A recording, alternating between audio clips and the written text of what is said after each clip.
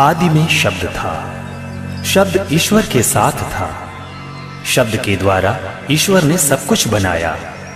उसी शब्द के द्वारा आज असंख्य मानवों की मुक्ति होती है, नवनिर्माण होता है। मुक्ति का संदेश।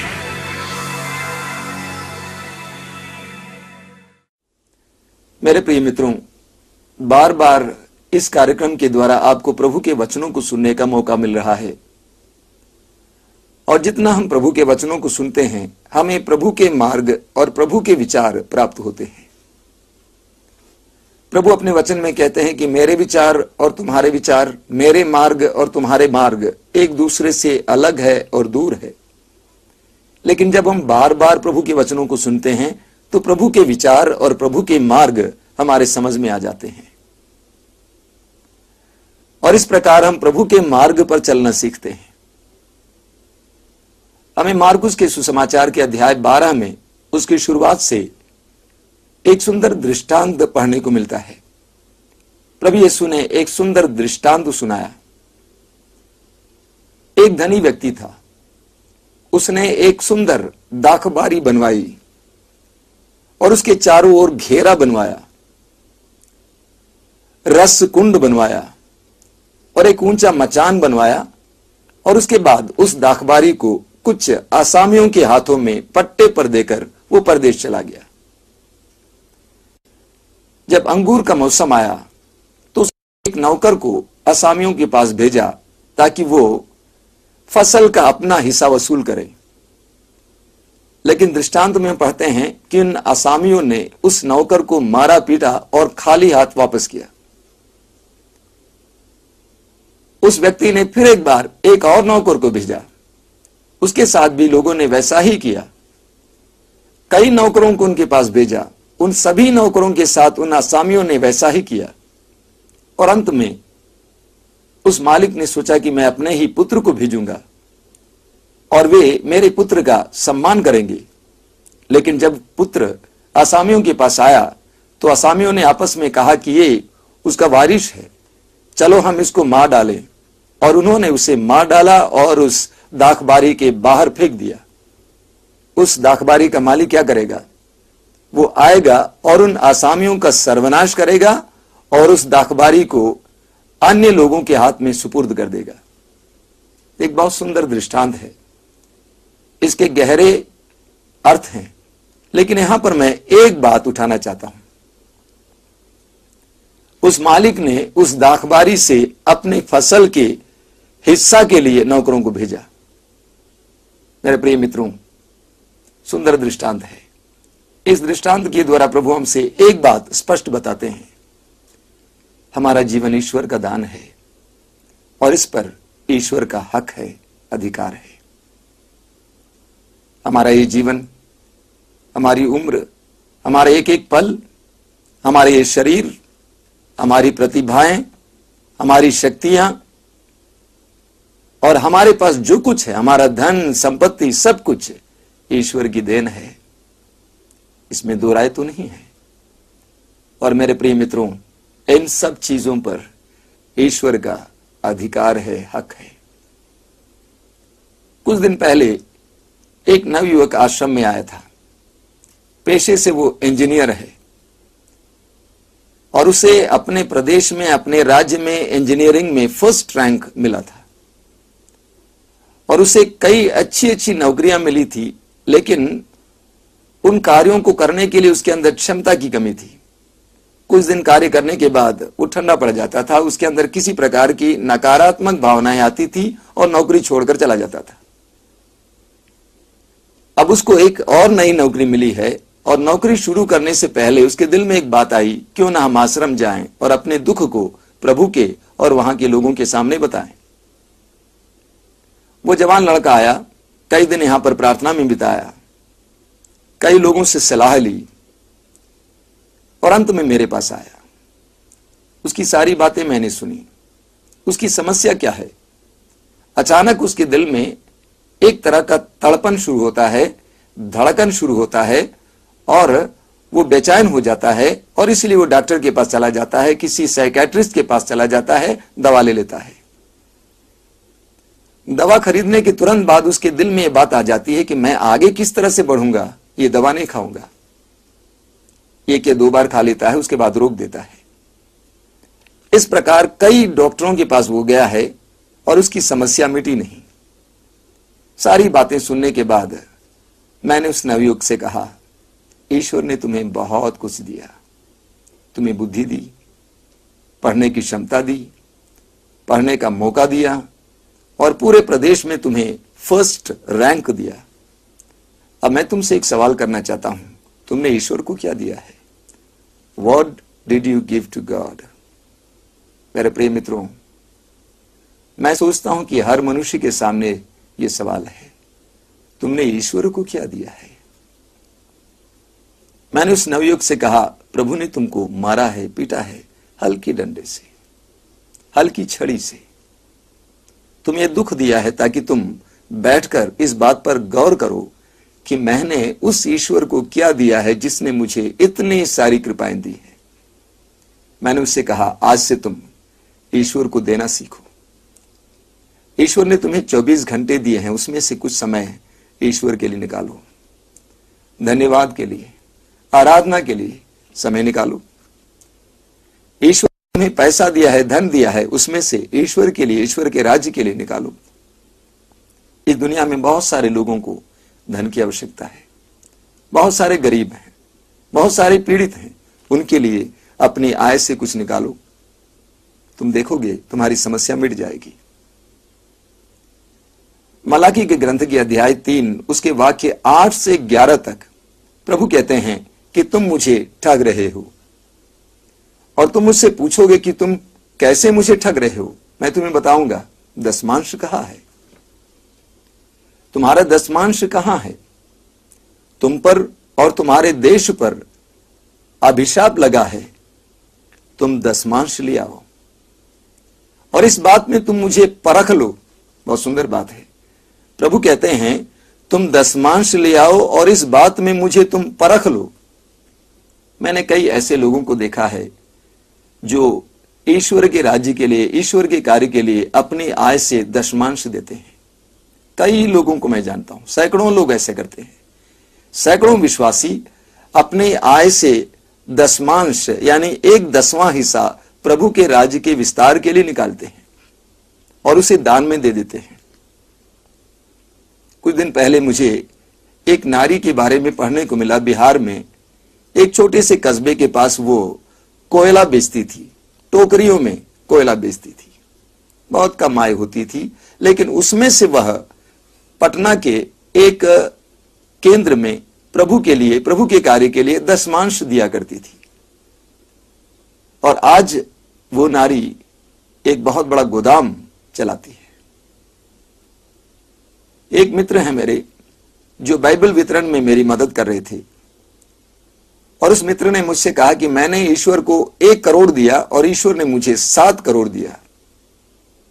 काफी धनी व्यक्ति है। मैंने ईश्वर को 1 करोड़ दिया और ईश्वर ने मुझे 7 करोड़ दिया। प्रवक्ता ग्रंथ के अध्याय 35 उसके वाक्य 13 में प्रभु का वचन कहता है, प्रभु प्रतिदान करता है, प्रभु प्रतिदान करता है, वह तुम्हें 7 गुना लौटाएगा। कितना सच है। करीब 8 महीना पहले एक बहन हमारे आश्रम में बड़े शनिवार को आई थी।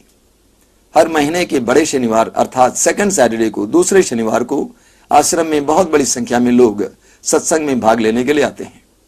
वो बहन अपने पुत्र को भी ले आई थी। वह मर्चेंट नेवी में काम कर रहा है और उसने सोचा कि मैं अपना पहला वेतन आश्रम को दूंगा प्रभु के राज्य के विस्तार के लिए, प्रभु के कार्य के लिए। और ऐसा ही उसने किया। अगले महीने के बड़े शनिवार को वो बहन फिर आई। उस बहन ने मुझसे कहा कि चमत्कार हो गया है, मेरे बेटे ने अपना पहला वेतन आपको प्रभु के राज्य के लिए, प्रभु के कार्य के लिए दिया और इस महीने में उसका वेतन दुगना हो गया है। मेरे प्रिय मित्रों, प्रभु यह करता है। शायद आपने सुना होगा, एक बार एक राजा अपनी प्रजा की सुधि लेने के लिए, उनके बारे में जानकारी लेने के लिए नगर भ्रमण के लिए निकला। सड़क के किनारे लोग उनके दर्शनार्थ खड़े थे। बीच में कुछ भिखारी भी बैठे हुए थे। राजा सीधे एक भिखारी की ओर गया। भिखारी ने सोचा कि राजा मुझे कुछ दान देने के लिए आ रहा है, लेकिन ठीक इसके विपरीत राजा ने अपना दाएं हाथ उस भिखारी की ओर बढ़ाया। भिखारी ने सोचा कि मेरे राजा के पास किस चीज की कमी है। उसके पास सारा राज्य है, सारी संपत्ति है, सारी सेना है, सोना है, वैभव है, और इसलिए उस भिखारी ने अपनी छोटी सी गठरी को खोला और अपने अनाज में से एक अनाज उनके हाथ में रख दिया। राजा उसे लेकर चला गया। शाम के समय जब भिखारी अपने घर, अपनी झोपड़ी में वापस आया, उसने अपनी गठरी को खोला तो उसने देखा कि अनाज के बीचों बीच एक सोने का अनाज था। उसके समझ में नहीं आ रहा था कि किसने मुझे सोने का अनाज दिया है। अंत में उसे याद आया कि मैंने राजा को एक अनाज दिया था। सुंदर कहानी है, एक बहुत बड़ा अर्थ है, मतलब है, शिक्षा है। मेरे प्रिय मित्रों, लूकस के सुसमाचार के अध्याय 6 उसके वाक्य 38 में प्रभु यीशु कहते हैं, जिस मात्रा में तुम दोगे उसी मात्रा में तुम्हारे लिए नापा जाएगा। जिस मात्रा में तुम दोगे उसी मात्रा में तुम्हारे लिए नापा जाएगा। हमारे आश्रम में आने वालों में अधिकतर लोग दुखी और पीड़ित हैं, और इसलिए मैं उनसे दान के बारे में नहीं बताया करता था। लेकिन एक बार फिलिपियों के पत्र के अध्याय 4 वाक्य 17 को पढ़ते समय प्रभु के वचन ने मेरे हृदय को स्पर्श किया। वहां पर संत पौलुस कहते हैं, मैं इसलिए उत्सुक नहीं हूं कि मुझे तुमसे दान प्राप्त हो, बल्कि मैं इसलिए उत्सुक हूं ताकि तुम्हारे खाते में जमा बढ़ जाए। यानी संत पौलुस कहते हैं, दान देने से हमारे खाते में जमा बढ़ जाती है। और मैं सोचता हूं कि हमारे जीवन में प्रभु के प्रति देने के लिए और देने से जमा बढ़ जाती है।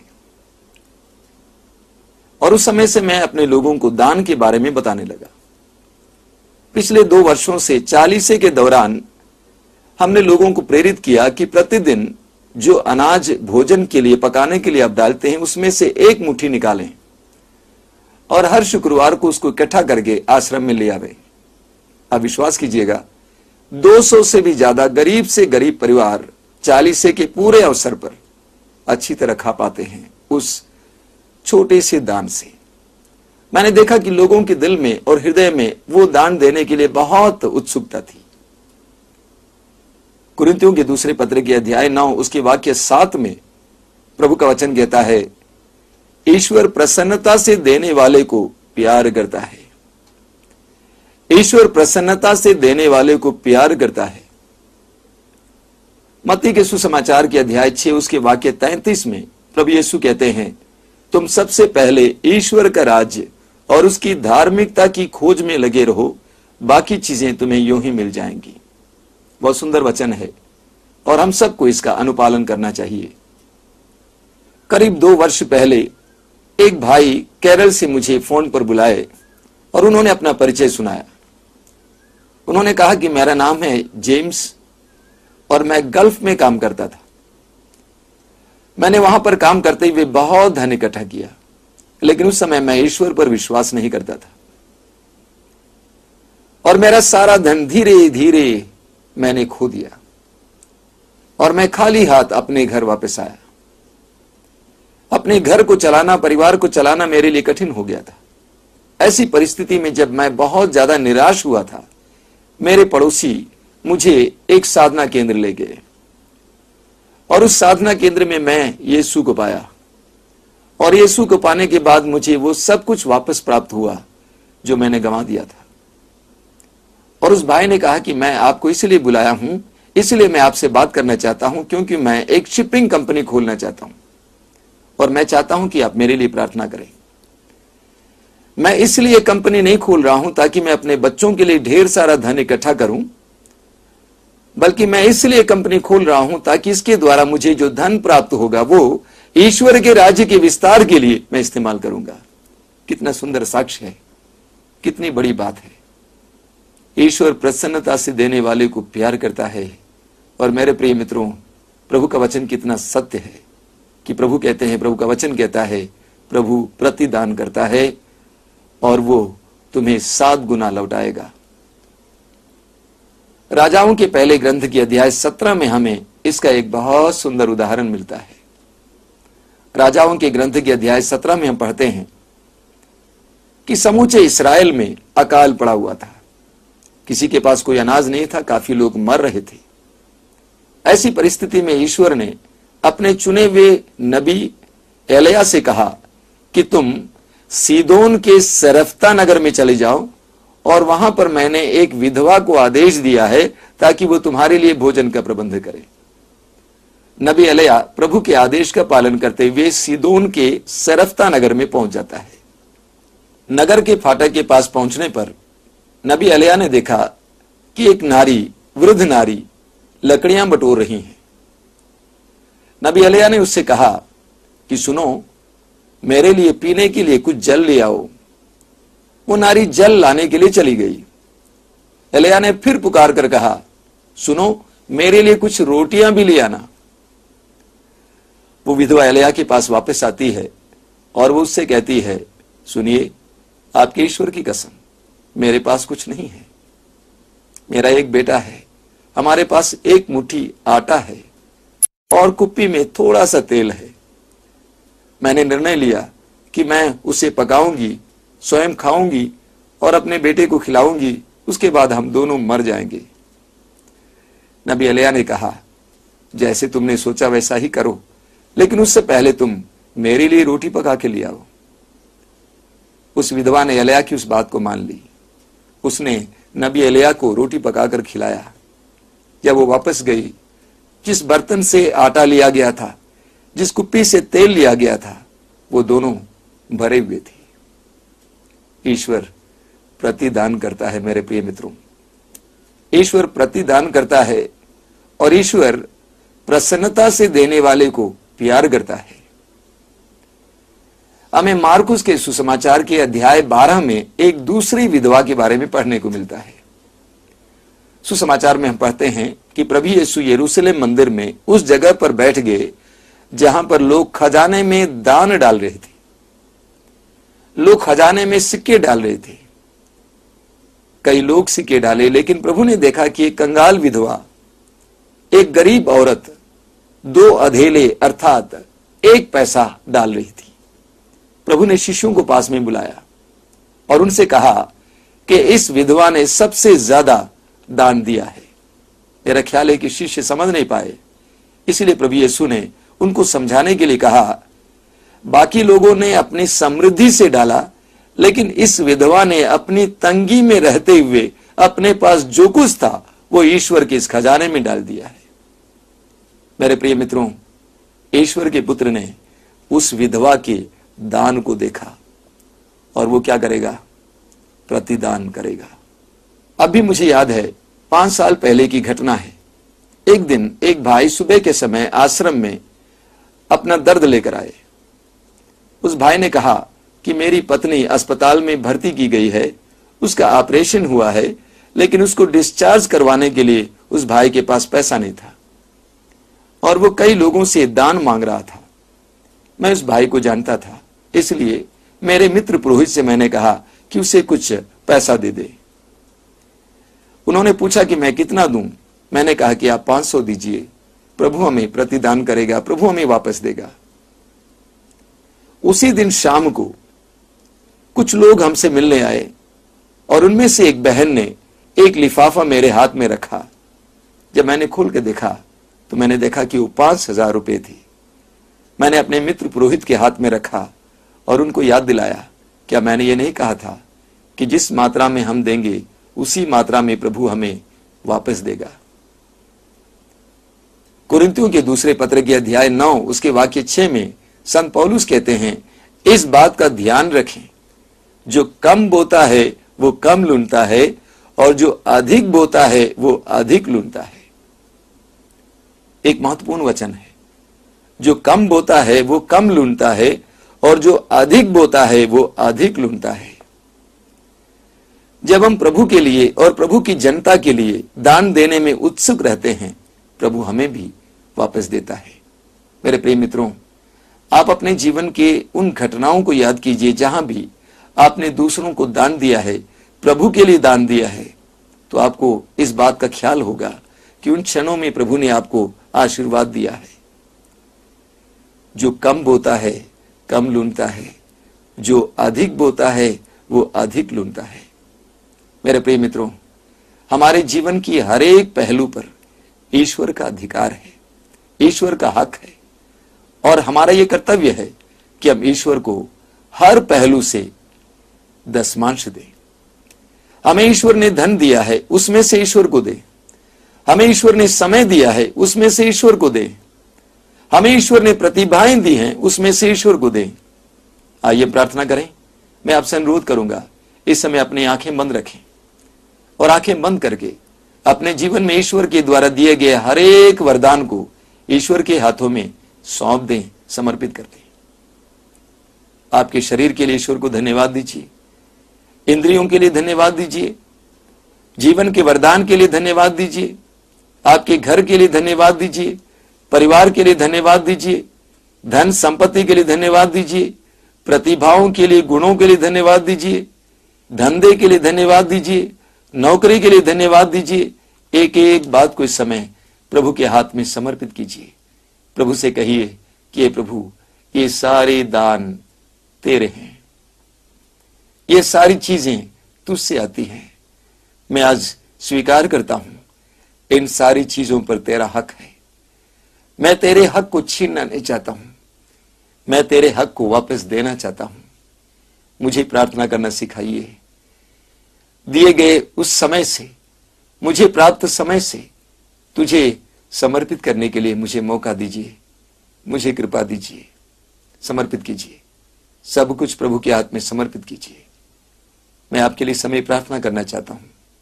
हे प्रभु यीशु, इन वचनों को सुनने वाले हर एक भाई बहन को तू अपना आशीर्वाद प्रदान कर। उनके धंधे पर आशीर्वाद प्रदान कर, उनके घर परिवार पर आशीर्वाद प्रदान कर, उनके समय पर आशीर्वाद प्रदान कर, उनके धन पर आशीर्वाद प्रदान कर, उनकी नौकरी पर आशीर्वाद प्रदान कर, उनकी खूबियों पर आशीर्वाद प्रदान कर, उनकी प्रतिभाओं पर आशीर्वाद प्रदान कर। धन्यवाद ये प्रभु यीशु। हमारे इस भेंट को ग्रहण कर, हमारे इस चढ़ावे को ग्रहण कर। इन वचनों को सुनने वाले हर एक परिवार को, हर एक भाई बहन को आज के दिन इस समय अनुग्रह प्रदान कर।